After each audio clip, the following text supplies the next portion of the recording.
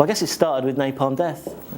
You know, they're pretty much one of the first bands in the world to play the way they do, and like they influenced most of the other bands on the label, as well as all the grindcore bands in the world, really. And I got to know them through just with friends with them basically in '86, and so they made a demo tape, and no one else would touch it, no other labels or anything. So I thought, well, you know, I loved it, so I put it out, and that was their first album, Scum. So after that, you know, that became the blueprint for most of the other bands around.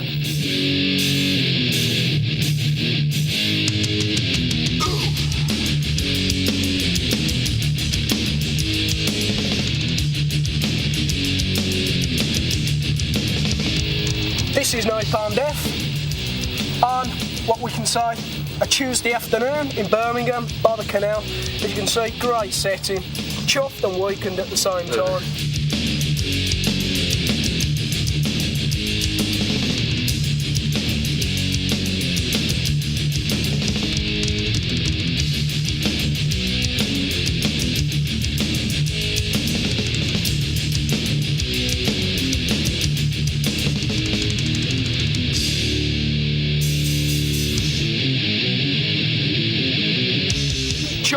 Means I'm a totally happy person. I mean, when we're chuffed, you know we're chuffed. When we're pinged, well, that's slightly chuffed. That's like slightly like that's like you're not happy. You're pinging bad. Someone has pinged you. You know, they've pissed you off. Weakened, well, that is when you're like you're gone to bits. You're ready for a rhino charge. You're ready for rhino charge. You know.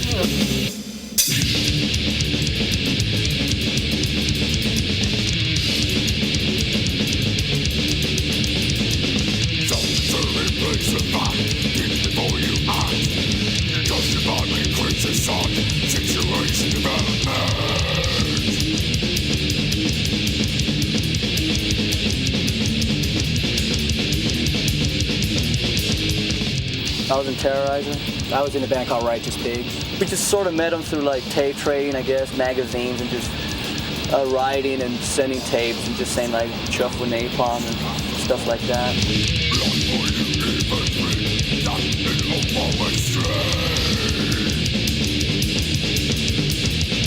Napalm was sort of, I guess, promoted in such a fashion that not forced down people's throats, but it was in places where, you know, people could see it, and they sort of thought, well, what's this, like the fastest band in the world sort of thing, in quotes. We sort of abandon musical standards. We don't write songs to, you know, the rock sort of format. I mean, I think we're pretty much the end of the line. I don't think you're going to get a band that's going to go more extreme than us.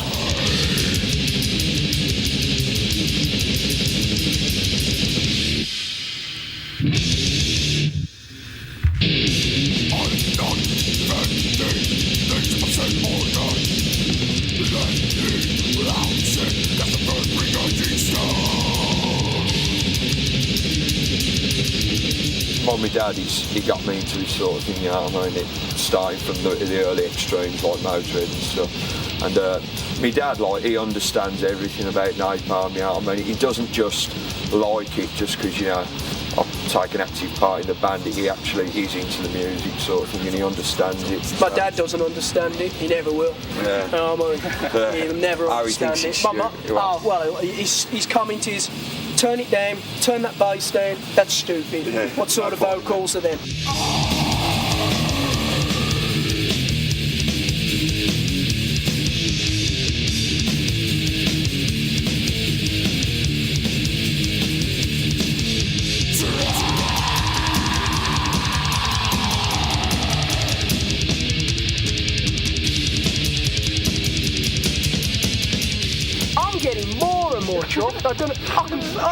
I'm feeling something inside, I don't know what it is. So something wants to break out, but it's a chuffed feeling. So I'm so chuffed about everything, and I don't know what else I can say. I'm just bloody chuffed.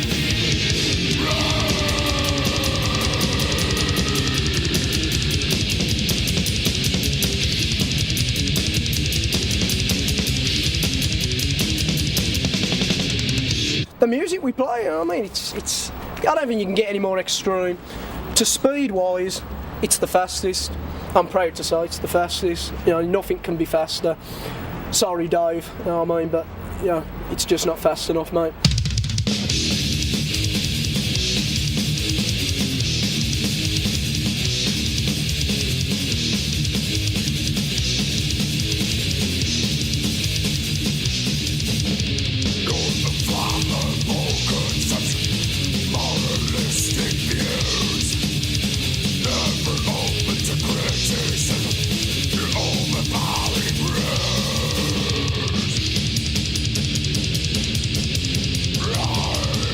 never going to be any hint of melody in Napalm, you know what I mean?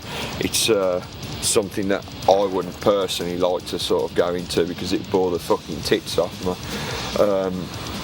I mean, we just write it naturally, you know what I mean? We don't strive to do anything. I mean, some songs could, you know, turn out to be like 2 minutes long, and then we'll do one, it'll be a minute long, and whatever, you know what I mean? There's such a diversity of lengths. It's just whatever we're happy with, we'll just say, right, just go for it, and I'll go away with the tape and just write the lyrics over the top, sort of thing.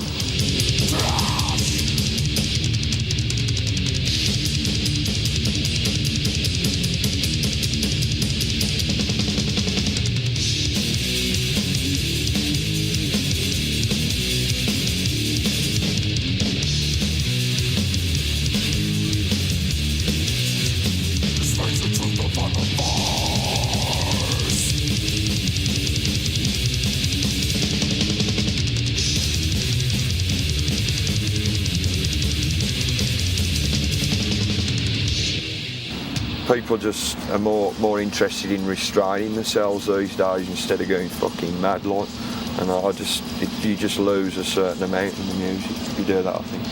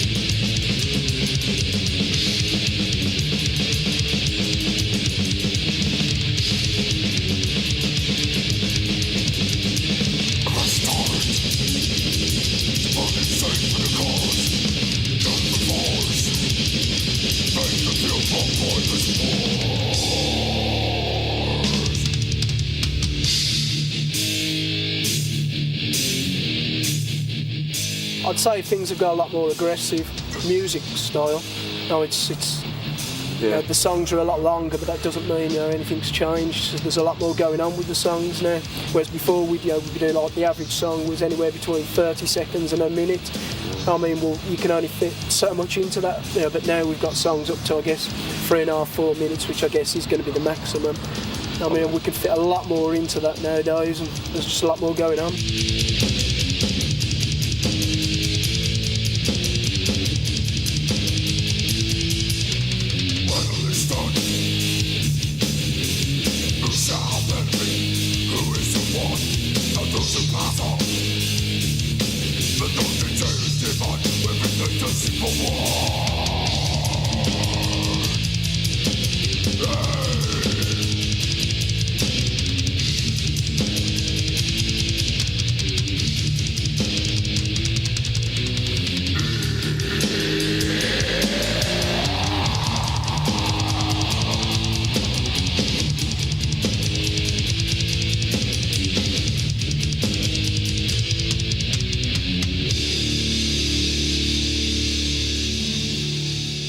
I've only got one hobby, getting tattooed. My legs, my back and my arms. I mean, I'm totally into it. John Foster Tattoo Studio, Birmingham, Selly. Show me tattoos, mate. Show them a few. Show them the back. If you want to have a look, you know, I mean, fucking... Yeah, I guess I can... No, this is Punk, this one on the back. Guess like my arms. That is back. a classic. I mean, Taken from a really old, I guess, famous punk painting. I've got shit on my legs, you know what I mean, fucking... I guess all over, really, you know what I mean. This leg as well, fucking... I've been working on this, fucking... I guess, you know, all over. I'm going for a full Japanese bodysuit, then I'll be chuffed. Until I'm... Except for my face, hands, feet. That's where it stops. You haven't mentioned your willy. Nah, nothing on the dick either. My ass, that's going to be tattooed. I mean, what really happened was there were a few bands in America that English bands were picking up on, but they were like, I mean, bands like Siege, a Boston band, and a band called Repulsion. I mean, they were like very unknown in America, but the demo tapes sort of made it over to England, and bands like Napalm Death and Carcass and stuff were real big fans of that style, you know, and it just came about that they got noticed quicker than some of these bands in America. You know, they put records out, whereas the early American bands didn't really make it onto vinyl.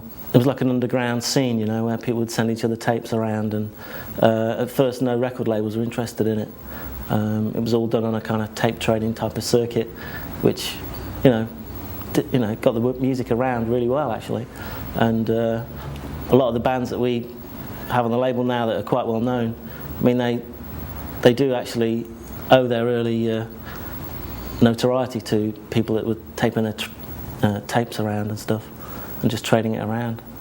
Bands like Morbid Angel were like really well known before they even had a record out. You know, we put their album out in '89, in the summer of '89, but they were around from '84 or so, and lots of people had their tapes even before they made a record, so they were already well known and established almost before their actual album came out.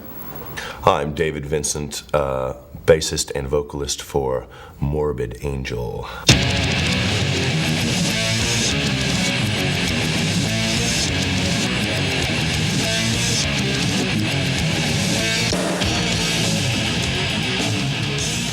By the time that we got to the concrete lineup, which we have now, consisting of myself, Pete Sandoval on drums, and Trey and Richard both on guitar,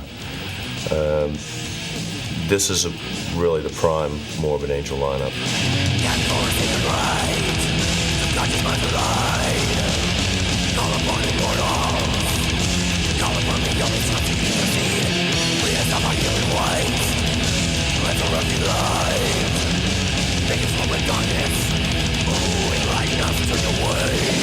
The Grind Crusher tour we did with Napalm Death and added Carcass and BOLTHROWER for the UK went over real well. It was our first European tour. It gave us a chance to be exposed to European audiences, and it gave them a chance to see us for the first time. And I think, although we didn't make an awful lot of money, really didn't make a lot of anything besides got sick and got pissed every night. And Napalm Death are just a bunch of crazy guys, man. I've never toured with any band that is more intense than they are. They're just incredible.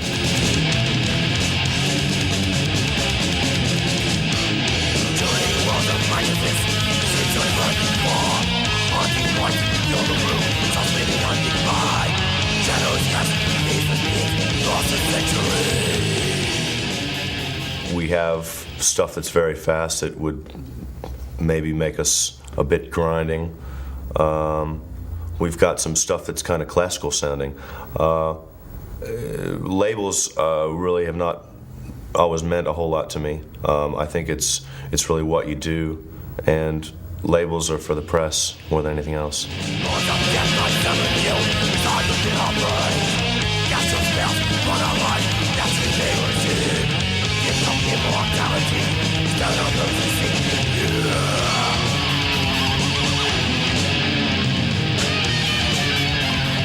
We shot a live video out of a lot of footage that was taken on the Grind Crusher tour, predominantly at Rock City in Nottingham, and we put a video together for the song Immortal Rights, which is the first track on Altars of Madness. It's, well, primarily about kind of a seance meditative ritual in which you're shedding the outer skin and going into the inner skin.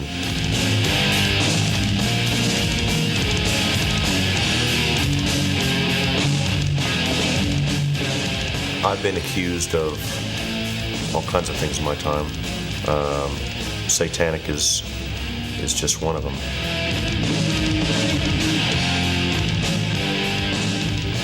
Satanism could be selfism or humanism very easily. And this idea of actually worshiping the devil, okay, as opposed to worshiping Christ, you know, just turning that around, and anything that would be good would be bad, and then only in doing that, well, It may be right for some people. I don't see much logic in it. I don't find it to be very intelligent. I still find it having a master over the self.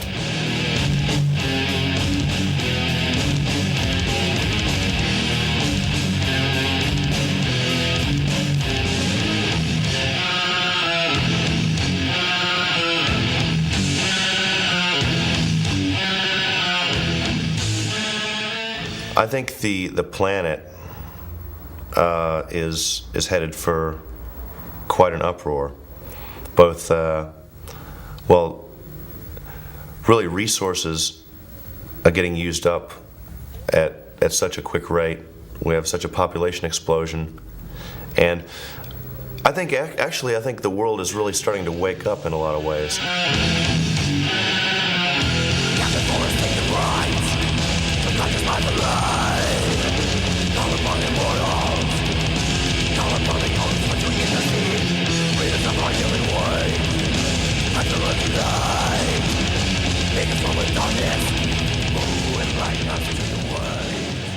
This can be the subconscious, and this could be the conscious. This is what you take in or what's given to you every day. And this is what you think in response deep inside to what you see. And this is the room that you have to live your life. And you can live your life as a complete raving lunatic and idiot, or you can live your life as a total mainstream flowing kind of person. And for the most part, I tend to live my life over here, but I know the rules of this game, and I can kind of float myself over this way and do what I need to, and then kind of go back to where I feel more comfortable.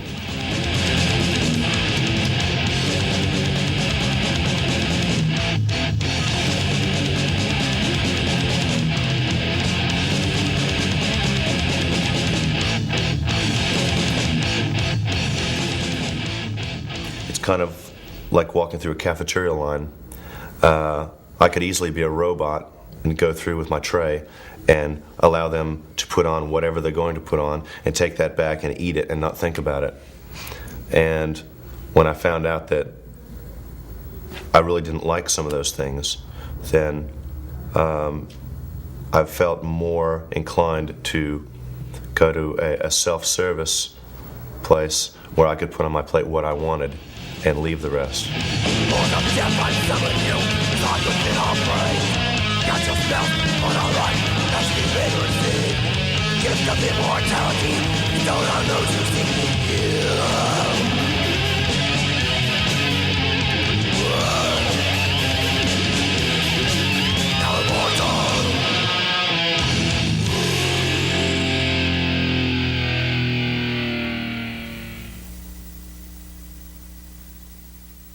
But Morbid Angel were a bit different, really. I mean, they were one of the first American bands that we signed, and they were also one of the first bands that we signed that were totally involved in the death metal scene, you know, especially the one in Florida, which is you know, happening right now. There's tons of bands there who came out of that particular scene. Well, the grindcore scene is kind of like, it's all mixed in together. You've got like some of your hardcore people still, you know, that are into punk and stuff, and they like grindcore a lot. Then you have your people that are into the heavier thrash stuff that, you know, like grindcore too. So it's kind of like a crossover type thing. But I think generally a lot of people that would listen to like Metallica and stuff aren't into grindcore yet here. But over in Europe, like, you know, your whole crowd will be always just into grindcore. You know, they're all like death metal crowds and stuff over there.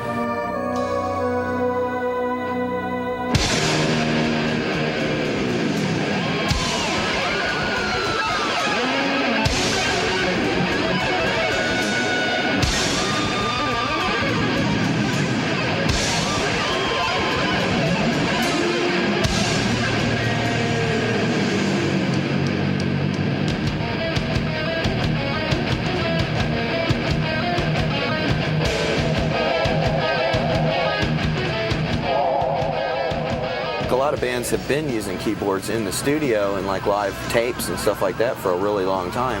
You know, as far as I can remember back, you know, Merciful Fate, bands like that, they use keyboards. And to me, you know, it just, we're like, I guess, the only band that actually has a keyboard player like all the time. I've had people come up to me like in Europe and go, man, you know, I'm so pissed off because I wanted to put keyboards in the band that we were doing a year ago, and I said, no, you know, it's not the thing, and then here comes your album, you know, and it's like, and it's there and it's accepted, and they're kicking themselves in the ass for not having done it before, you know. It's really the only thing that's limited is movement, as far as being able to move around, you know, a whole lot. But since I'm pretty much locked behind there anyway, I'm limited to just thrashing where I'm at, so it doesn't matter if I'm on 3 feet or, you know, a huge stage.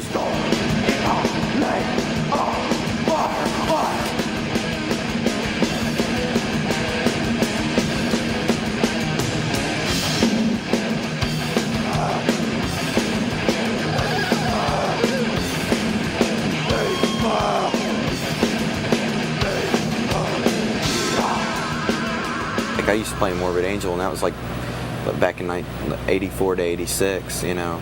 Well, I think basically the Tampa and Florida whole scene is what happened. It started a long time ago, like the early 80s with bands like Nasty Savage and Death and Morbid Angel and Savatage. And what's happened is like the people have been into that kind of music for quite a long time, and they're just like used to it, and it breeds a lot of really good musicians there that want to do that kind of music.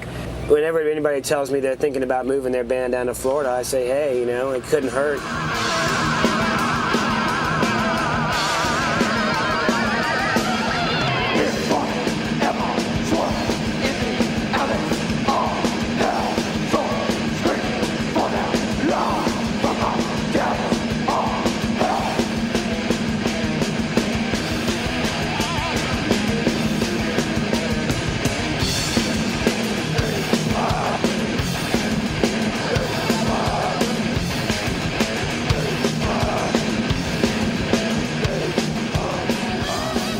Nocturnus is trying to get into the fantasy fiction with the evil, but also in various locations, you know, and any kind of bizarre locations we can like come up with and create a sonic image of that, you know. Our songs are more like short stories, and they're all kept at a very fictional level, to where it's like, you know, somebody can't actually go out and, you know, build a time machine in their backyard and go back in time, you know. I mean, it's like when you have some bands that are talking about sacrificing people or whatever, you know, it's like, you know, people can actually go out and do that stuff, and that's where, you know, it gets, there's the line that you draw between, you know, real life and fantasy.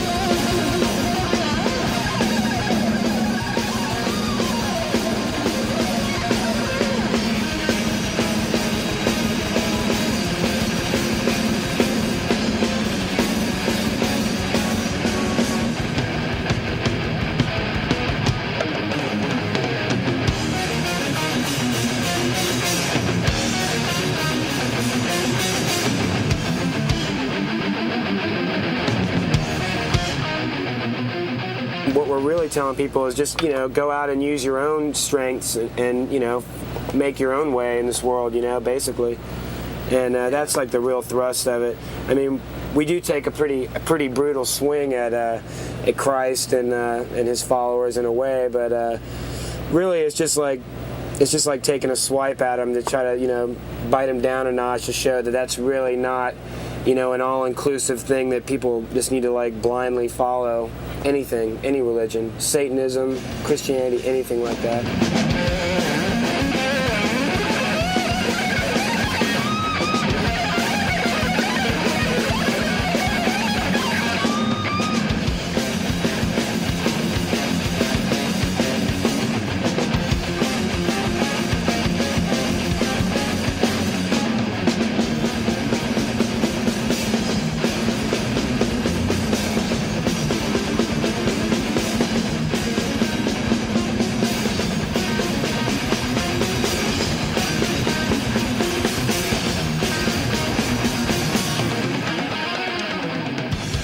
There's only so fast you can play, and there's only so heavy you can be without it all sounding the same, or without it just being a blur.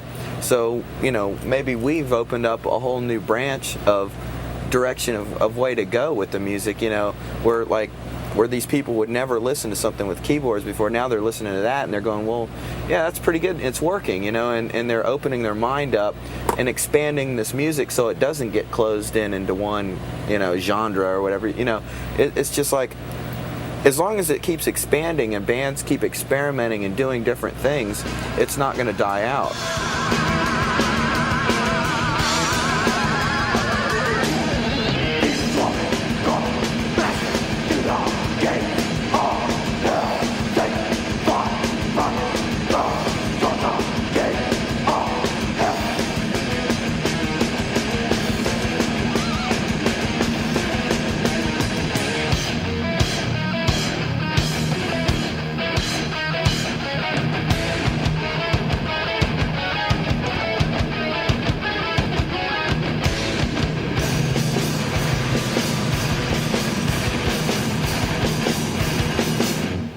It seems to go to and fro across the Atlantic. It started with a few bands in America that never got record deals, but were like pretty influential on the new scene starting in England. You know, this kind of grind scene, and bands like CARCASS, NAPALM Death, Unseen Terror, who were around at the early days.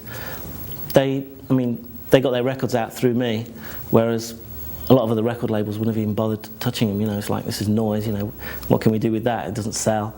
But that didn't really bother me. You know, I was just into the music and the sound, and it just seemed natural that we put their records out, you know.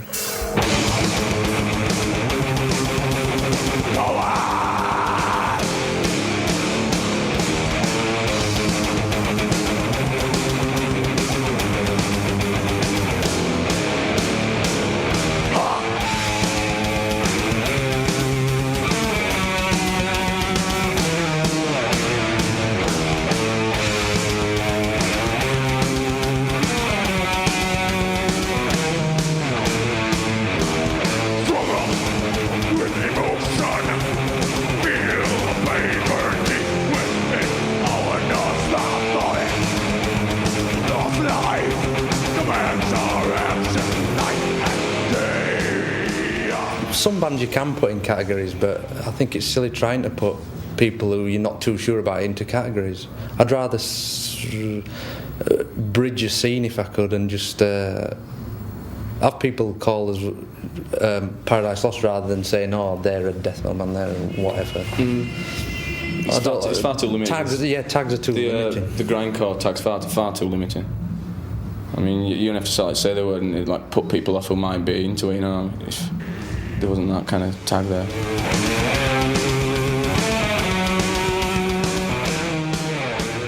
With the newer stuff, we try to put the melody and songwriting back into this kind of music because it's losing it.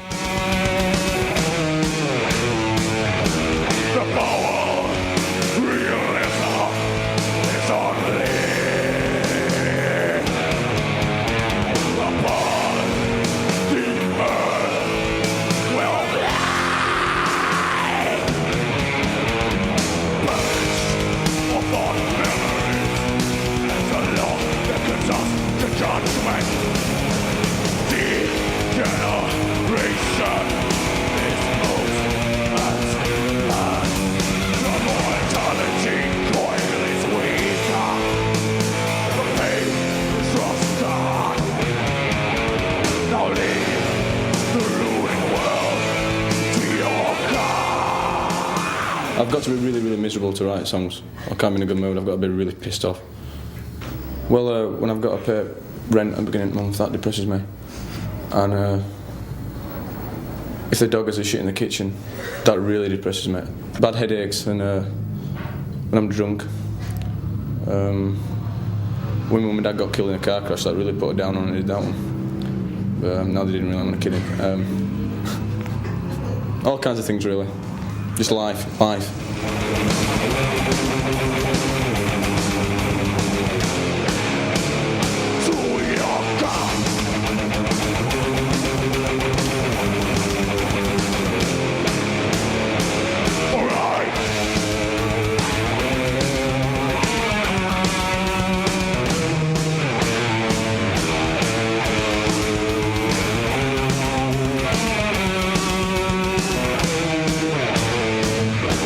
The darkness opens. throat cancer. And I've heard people tell me about you have little things cut off the back of your throat. Nodules. Nodules. And because I heard George Michael had it done, so I've got to go and get it done too, I think. But no, I do worry about it actually. So I try not to overdo it, because you can really overdo it and make us split your blood vessels in your eyes, and you get like blood clots down the side of here. It's quite nasty. It's only happened once or twice. My eyeball actually popped out once. It actually fell onto the stage, and I managed to pick it up and put it back in before Greg trod on it.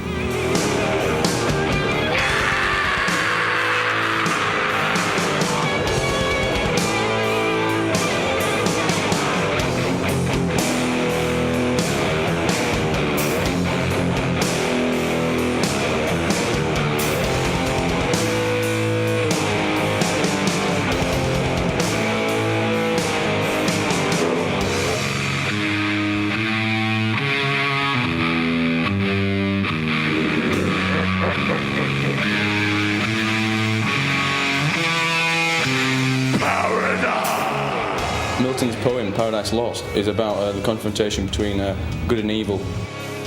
I used to worship the devil in 1982, and I used to have upside-down crosses painted on my bedroom walls. And they worshipped venom. I worship venom, and Satan as well. One and the same, I suppose. Yeah, I suppose so.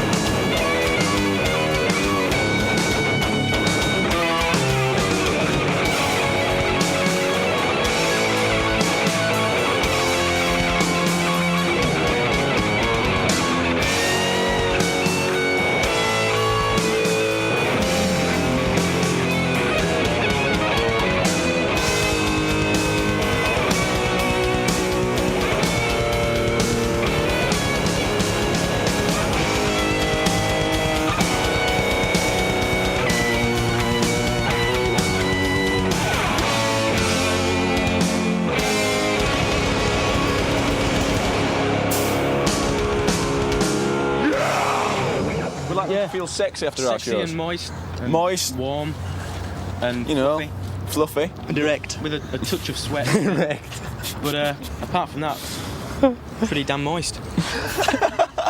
Grind can be defined as a death metal with a thoughtful edge. It's usually got a lot of thought into it, something about overpopulation, problems of the world, death. Certainly. Genocide. We all like genocide. Couldn't live without genocide, eh? A lot of good vegans out there. Yeah. These bands, it's strange, they're vegan. I mean, they're hippies. They're just dirty hippies playing very loud music. Basically, we consider that the world is a reflection of people's minds. And if you look at the world being in a very sorry state, surely that's a reflection of our minds. So if we adjust our minds, perhaps we can adjust the world. That's our outlook. That's what we try and do. This one's called Raise Against Time. You don't know it, you're lying.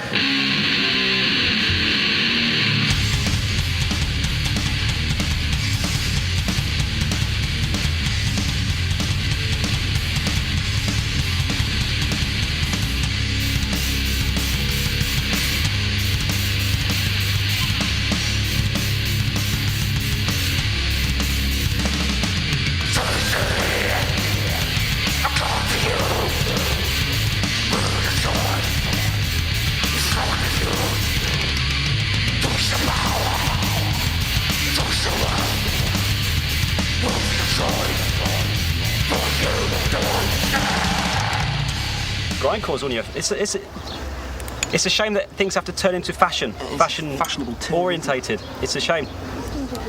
But there again, if this short period of time people, whilst it's in fashion, listen to it and appreciate it and perhaps learn from it, because they haven't experienced it before. Even when this fashion goes, these thoughts, these feelings might stay. I mean, we're around from the early punk days, we were all punks, but it's still true to our hearts.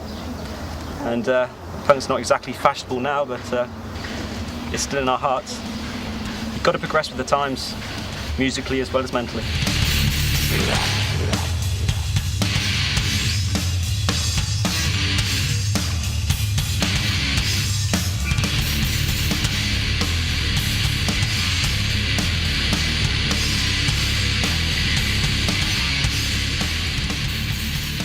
You don't want it too accessible, otherwise people are going to hear it once and think, yeah, I've heard that, I know what they sound like. You need people to listen again, and that way the lyrics will come into play if they bother to take further interest. Just keeping the guitars at the right level of dirtiness, really. You don't want it too clean at all, otherwise yeah, we're going to end up sounding like Bon Jovi or something ridiculous. If I write a riff, I'm never actually satisfied with it unless it actually makes me feel a little bit uneasy or something like that. Unless it evokes a real reaction in me, I can't see the point of playing it to people, really.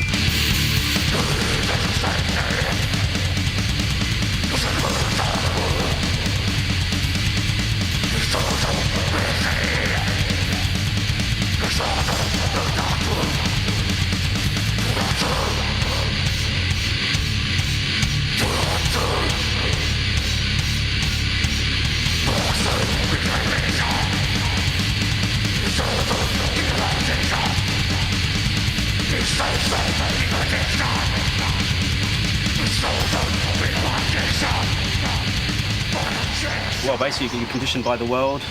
Racism, how we consider other people, how our parents consider ethnic minorities is rubbed off on their children. Our parents condition us in these ways. Religion? Religion is a prime example, although I must state I feel deeply for religion. Not all religions, specific religions. Sexism, basically ignorance. Our minds have made us ignorant, have led us into ignorance. Our minds have to get us back out of ignorance. We must be accountable for ourselves.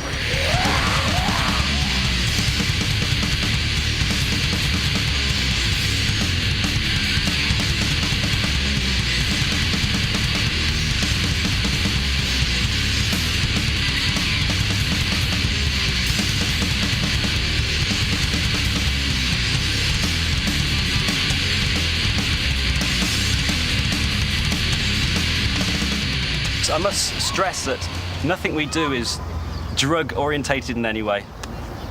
We just simply, that is restrictive. This is a totally pure state of mind that we're trying to achieve. Not influenced by any means of drugs. That's restrictive. That's escapism. And we have to be realistic.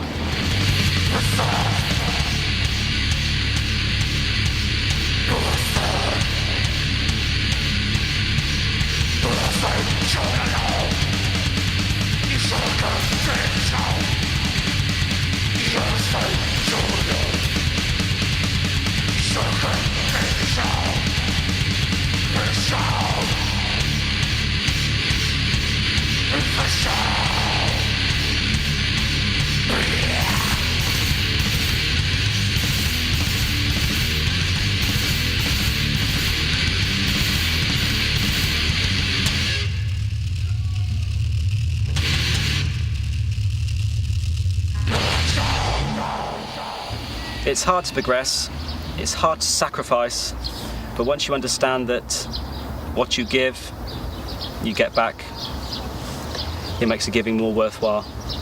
But having said that, that just works for me. For other people, find your own methods. Follow your method and achieve the result it serves.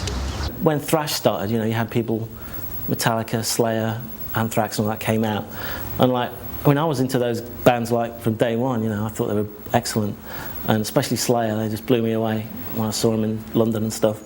And people were just saying, "Oh, it's noise. It's not music. It's just bullshit. He's not singing."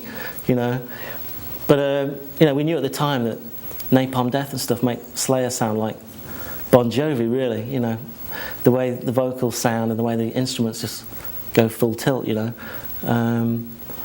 But it's just taken people a while to kind of catch on, because thrash fans, they're always looking for something heavier, something faster, something more extreme. They always will, There's just some kind of attitude that defines the bands, really. It's and a vague kind of sound, but there's room for innovation and experimentation within the whole scene. And you've got bands like GODFLESH who use a drum machine, and they have really heavy riffs. Nowadays they're getting a bit more experimental with their sound. They're like using samplers and stuff. Check. 2.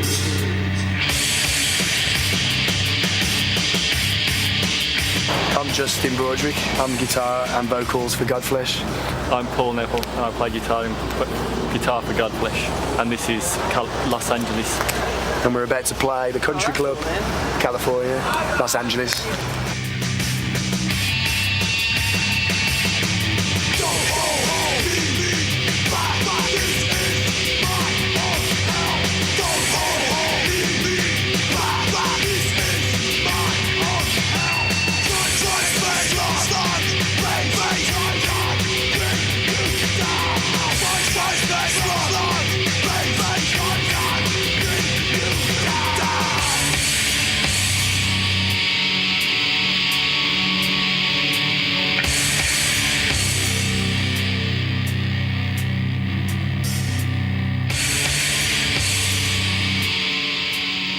We're probably the heaviest thing people are ever going to hear in a coherent sense. I mean, there's loads of bands who just tune down and go, but like we've actually got sound there and it's actually unique and it is fucking heavy.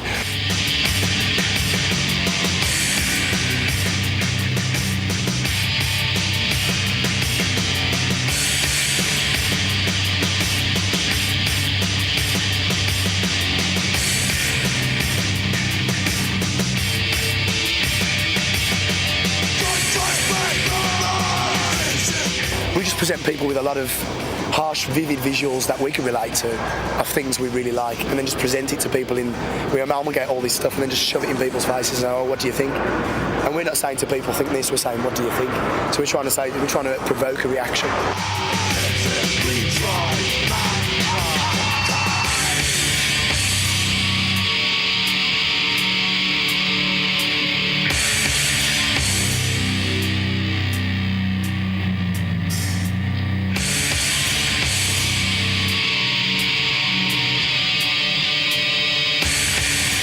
My existence is based upon like a sort of paranoid outlook on things, but I see like paranoia as awareness in a sort of similar. I mean, basically there is no dividing line really. I guess I see being totally paranoid as being totally aware.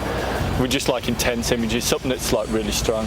Yeah, everything we use is intense and extreme because that's the only things we can relate to is extremities.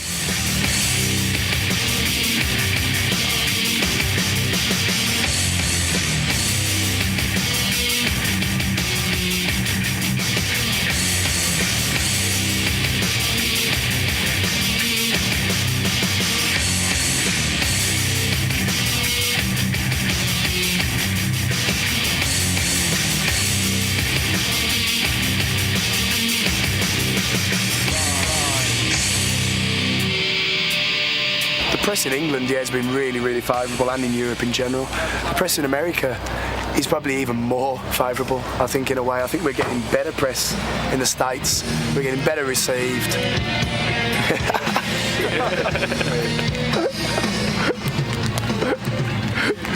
Slayer comes bursting out of it.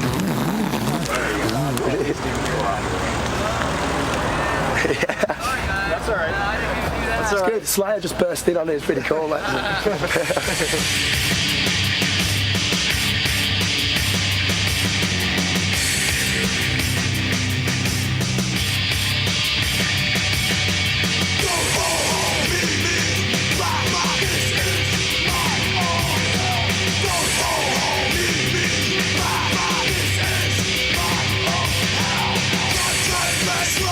Our bass player, I mean, he listens to Beach Boys religiously. I mean, he loves the Beach Boys. I mean, he collects all the CDs. He loves the Beach Boys, and that's probably the most extreme, far away thing I could think of. But then again, in a lot of the purity in their sound and stuff, the way they do things is probably very close to what we do sometimes.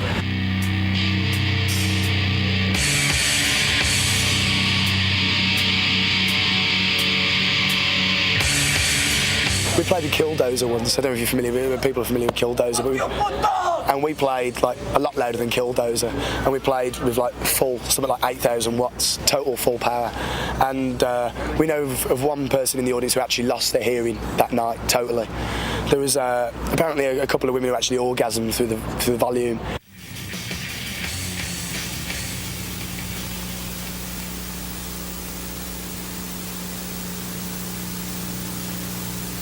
I don't know, I'd like to add thanks to Hard and Heavy for being on this video, because I mean, we probably don't fit into the whole genre really that well.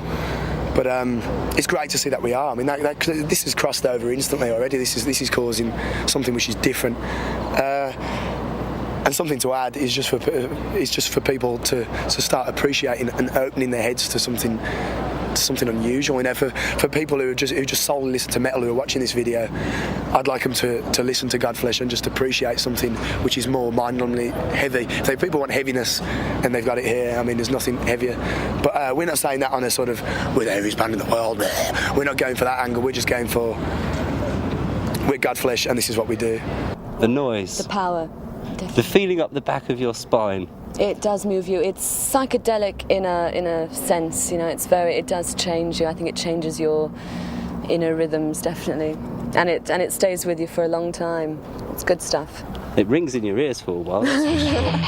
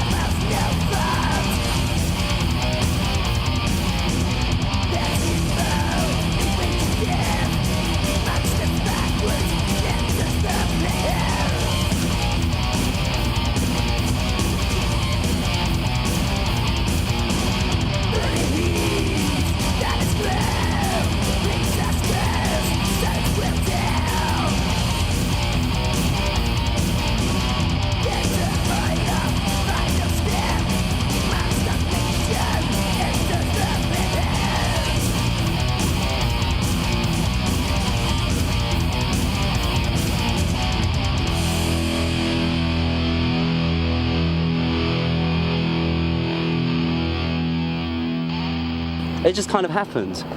It just kind of happened, and we just needed some noise. I mean, you know, I hear that in '92 they're going to make noise illegal here in the EEC. Quaint old Europe is telling us for our own benefit that any noise more than about 100 decibels, whether it's a car, a jackhammer, a gig, a fight, anything, will be illegal. So, like, let's go deaf in the meantime. After that, then we really will go underground. We'll have to go underground. There will be secret deaf people conferences where we'll all play deaf records with a TH as loud as possible, because we're already deaf with an F, just to see if we can still hear them.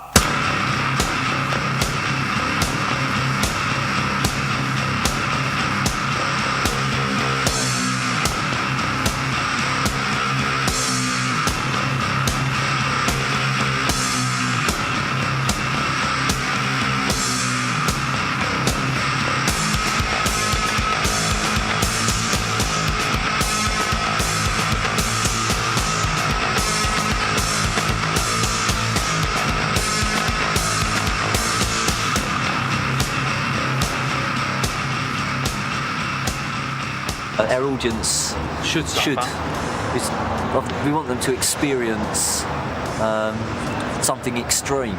We want them to go out feeling like they've been beaten up. Deaf. And, yeah, we'd like them to go out hurting, just go home to recuperate. And remember it for the next 3 days. Yeah.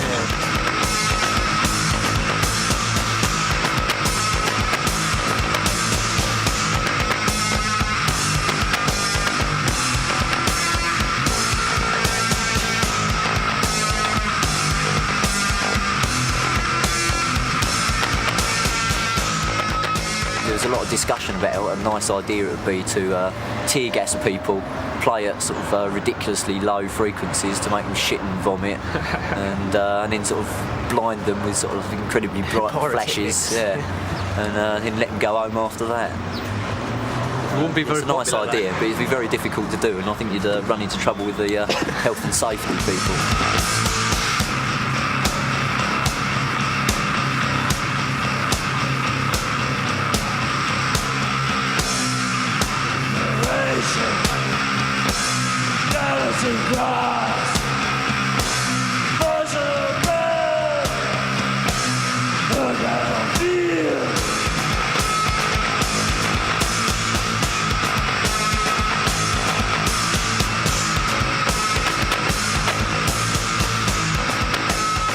The first lineup of Sonic Violence was totally different. The bassist had a very unusual sound. He had a low rumble with a lot of treble clang in there and a good snarl in there as well. And he left and moved up north. So I thought the only way I was going to recreate that bass sound was have 2 basses, but we've gone beyond the original bass sound now.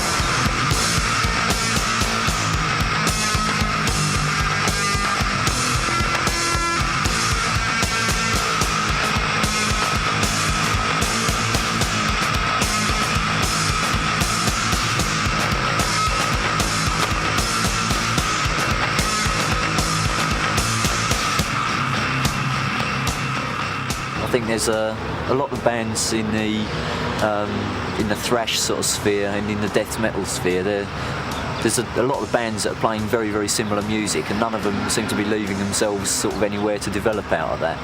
But I think we don't really fit into any category, really. People always have a great deal of difficulty in pigeonholing us. So I think, you know, we can take it anywhere we want. The only thing we want to do is never lighten up what we're doing, always try and make it heavier and more intense. You can't pound people into the floor with guitar solos.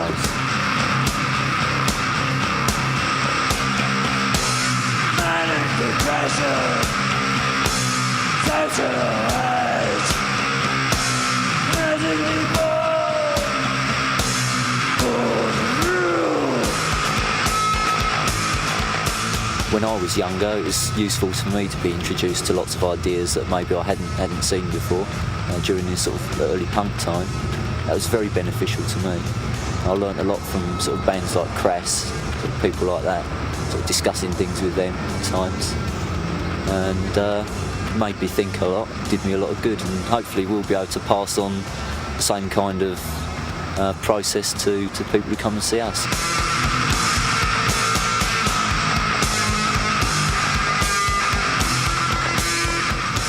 Well, we've had quite a few skinheads come to see us in Germany, but they all belong to something called SHARP, which is Skinheads Against Racial Prejudice.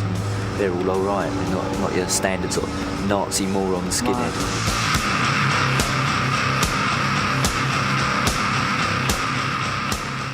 Life in general is something sort of tedious and a bit wishy-washy, which I think most of sort of existence is. People are just too content to just go and sit down in front of a video, and it's just slow death waiting to die. People should get out and do something with themselves.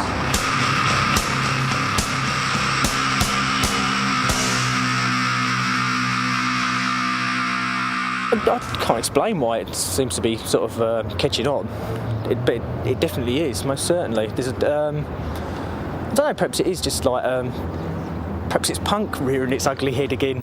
BOLTHROWER, another bunch of Brummies from our Birmingham area, and they were on another label before they actually joined Earache. They put a record out on Vinyl Solution, and that's a London-based record label.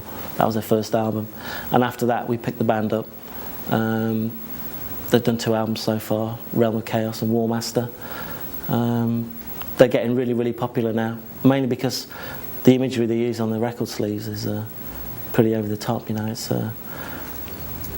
like for the first album we did by them, Realm of Chaos, they used a company called Games Workshop, who are based here in Nottingham. They do fantasy games, you know, that are role-playing games and stuff like that. And BOLTHROWER actually took their name from one of those games. And so, since we're based in Nottingham and the games company were, we got together to get BOLTHROWER's album artwork linked in with one of their biggest selling games. So we used their artwork, and that helped promote the band a lot. You know, they got a big following because of that, I think. We're at the National Army Museum. That's a Bofors gun, and we're BOLTHROWER.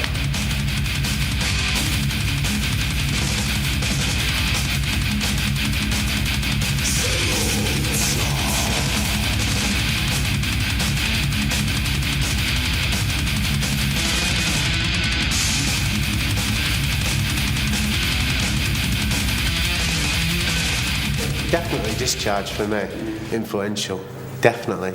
I mean, there wasn't a better band in my youth for me. It's what we grew up with. I mean, like me and Baz grew up in the same kind of scene. It was like punk hardcore, wasn't it? Where and then about, was it 86, Venom and Slayer and Metallica came onto the scene, and you know, it's great. That was unbelievable, wasn't it? Yeah, so you know, it was when I went and saw Slayer at the Marquee. You know, it was absolutely brilliant. Like, you know, sort of that was a real sort of influence for me. That's what, you know, that's what I wanted to do, sort of thing.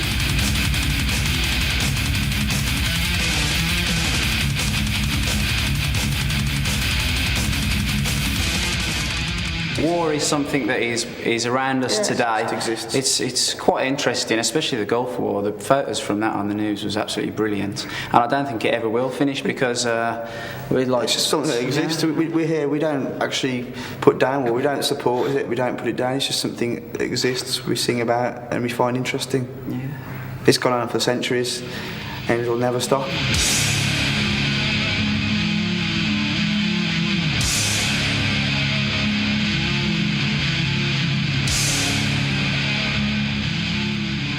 They say there's going to be a war to end all wars at a certain time in history, but as soon as that war's gone, people will be back again. There'll be little tribes again, and then it'll just go through a whole process again. I don't think you'll ever stop it. Never-ending cycle of destruction.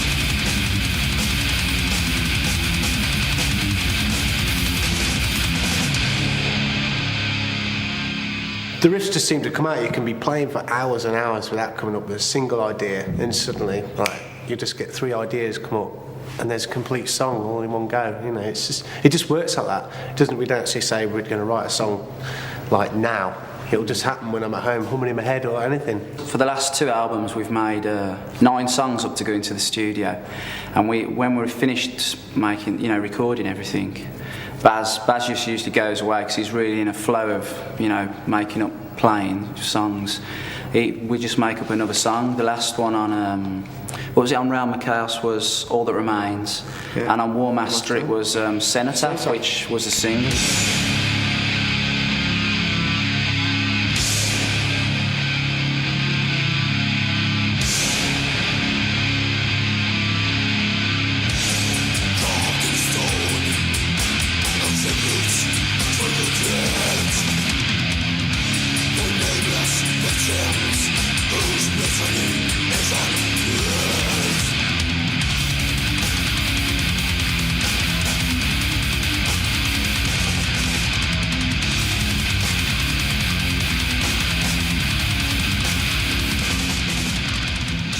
Games Workshop, they're a fantasy role-playing sort of group company.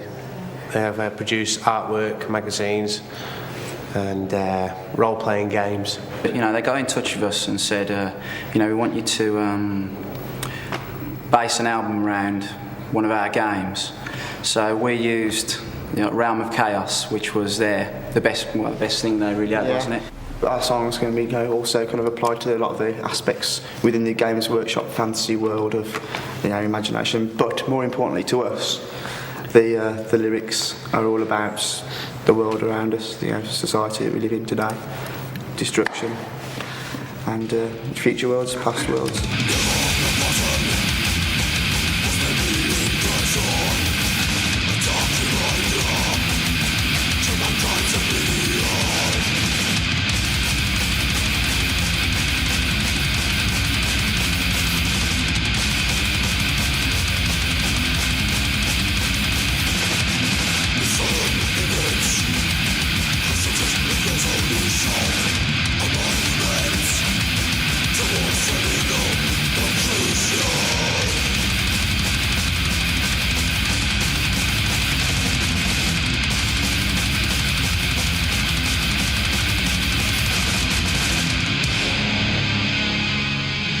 Where did we record the album?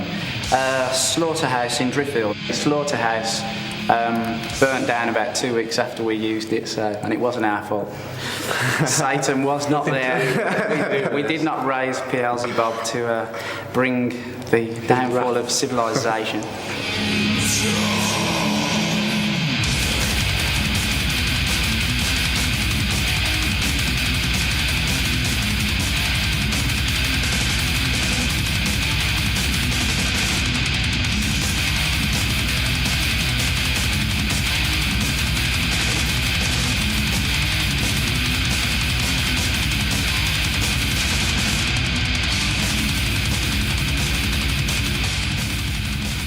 In the list.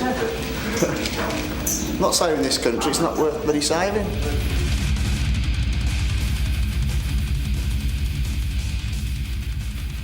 These are hippie kids that have wised up a bit, got angry, got loud, they've got something to say. It's almost unintelligible, so keep coming back until you work it out or read the lyrics.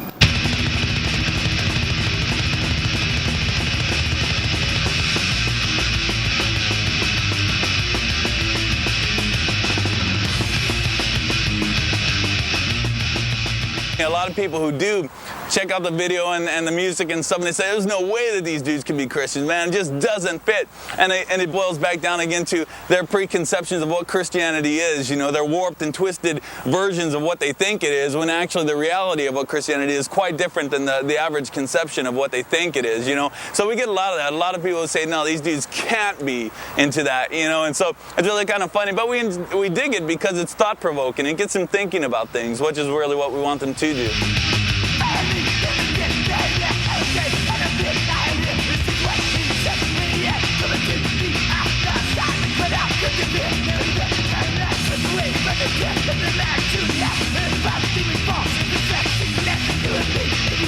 When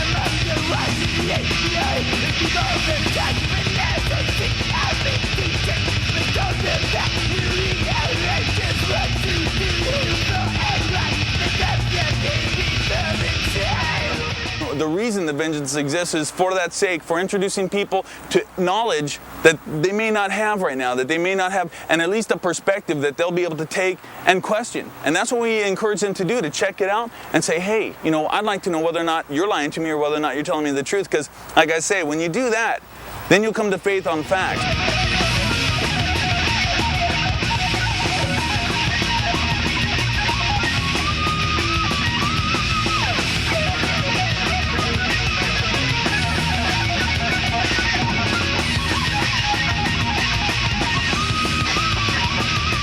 You have all the different definitions, you know, you have your death, grindcore, thrash, you know, industrial grindcore, the Godflesh, and you know what have you. You know what it basically boils down to is just that which shreds, you know, so it's like falling if it jams, you know, whether it be, you know, anything from that, from Morbid Angel to Deicide to Vengeance to Godflesh to what have you. You know, it's just, you know, really people, what are you going to get down to, whether or not they, you know, end up using the SPX or whether they don't, if it's, you know, the gnarly vocals, what have you, you know, if it's boiling down to the full-on ripping, shredding drums. I mean, you got thrash, grindcore, just a full-on ripping jams. You know, if it jams, it jams.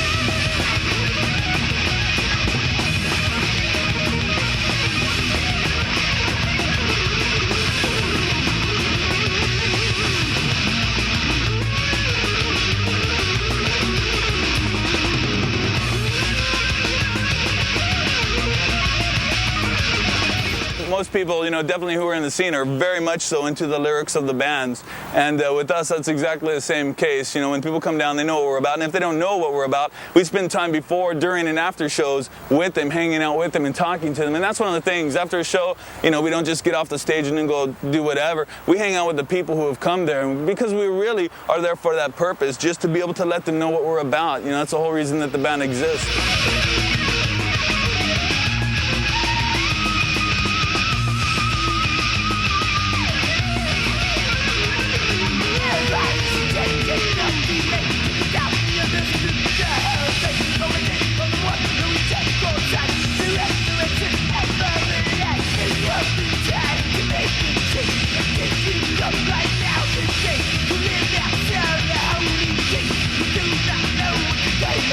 You know, I think many people have a misconception of it, of saying, well, you know, am I going to get judged because I drank some beer or something? No, it's not that at all. What it boils down to is you didn't come to faith in Christ when you knew the simple facts that he was willing to forgive you because he loved you and came to the cross of Calvary to die for you. It's not a matter of fact of him slamming you because you did this or you did that, but for what you didn't do.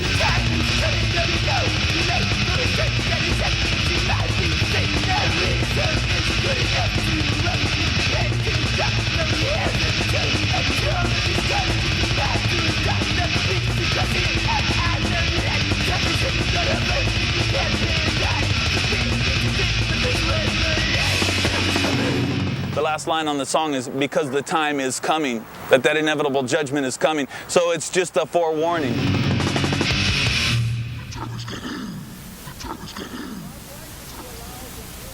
There's a whole like death metal grindcore scene happening in Sweden, which was, you know, it's probably one of the most exciting scenes in Europe at the moment. And there's tons of bands there who just really, you know, play this style of music really well. And Entombed, I guess, are probably the most well known out of them, and also one of the first to get a record out.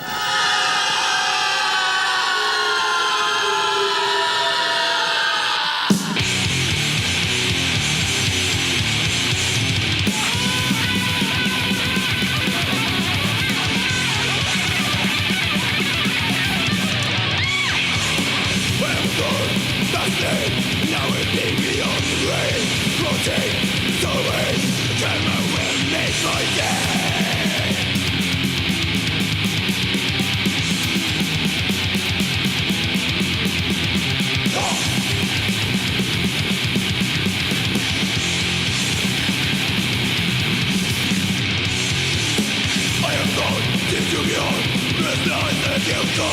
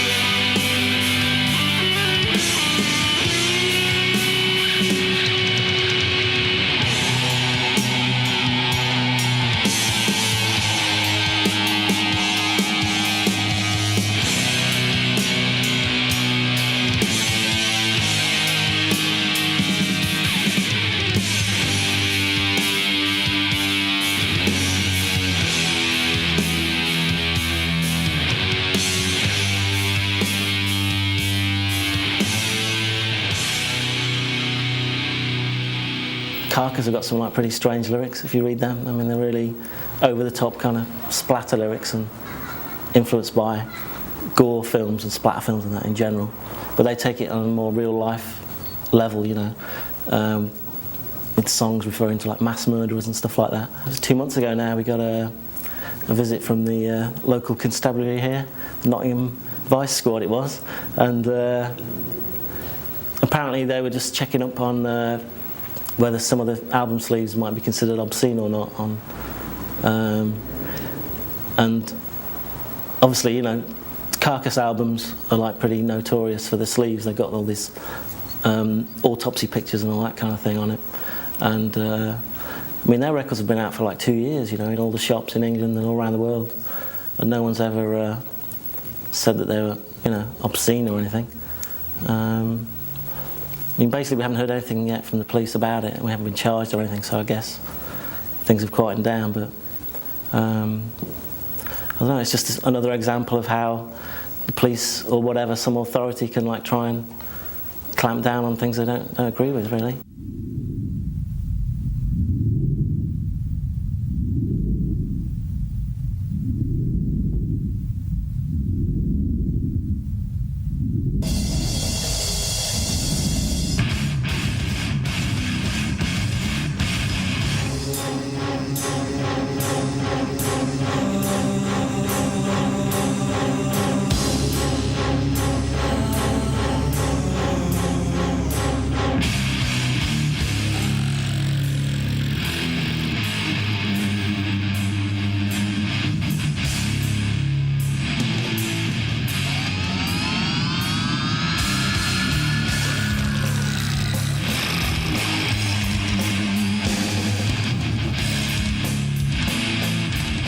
Death has always been covered up. It's a taboo subject no one really wants to talk about, and that was our intention to begin with, to actually open up a lot of, you know, what goes on, the rotting processes, you know, what happens when you're buried, and unfortunately the world is in such turmoil. Death has become entertainment.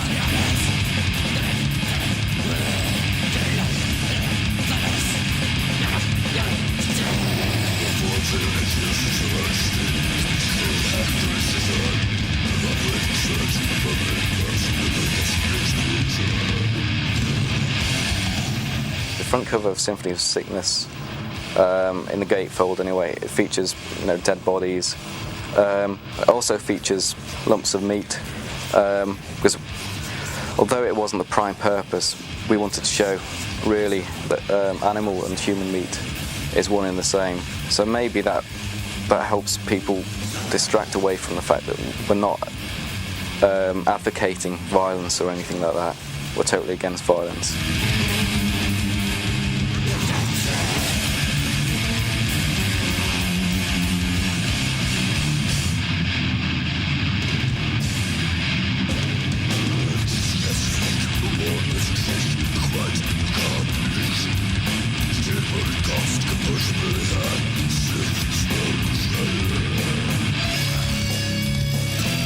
No one really wants to talk about it because it's linked to religion, there's the afterlife. No one wants to know about the physical processes, such as, you know, rotting. No one really wants to know that their relatives being cut up for an autopsy. But this is fact, and it goes on, it's an everyday thing, and I don't think people should be scared of it.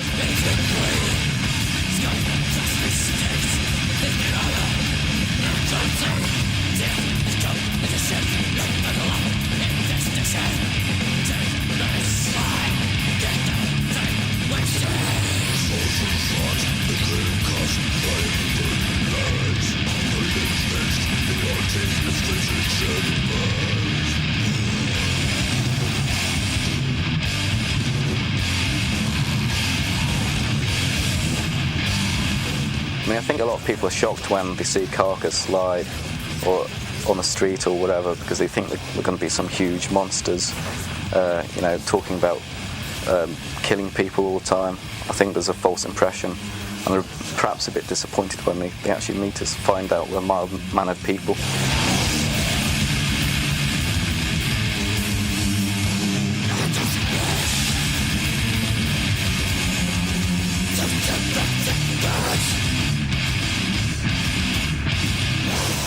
We're certainly not militant vegetarians because we couldn't care less what other people eat. It's just like, this is another thing that adds another dimension to the nature of the lyrics and so on. But really, when it comes down to it, we just want people to interpret it in their own way, because that's what art and music and all kinds of entertainment are about. The listener is supposed to be a participant and draw out whatever he or she wants to. The world is not a pleasant place, and I think people are becoming increasingly aware of this, unfortunately, and certainly grindcore in particular has a lot to say about where we can go from here, if we can go anywhere. Maybe we can go, the only place we can go is under, who knows.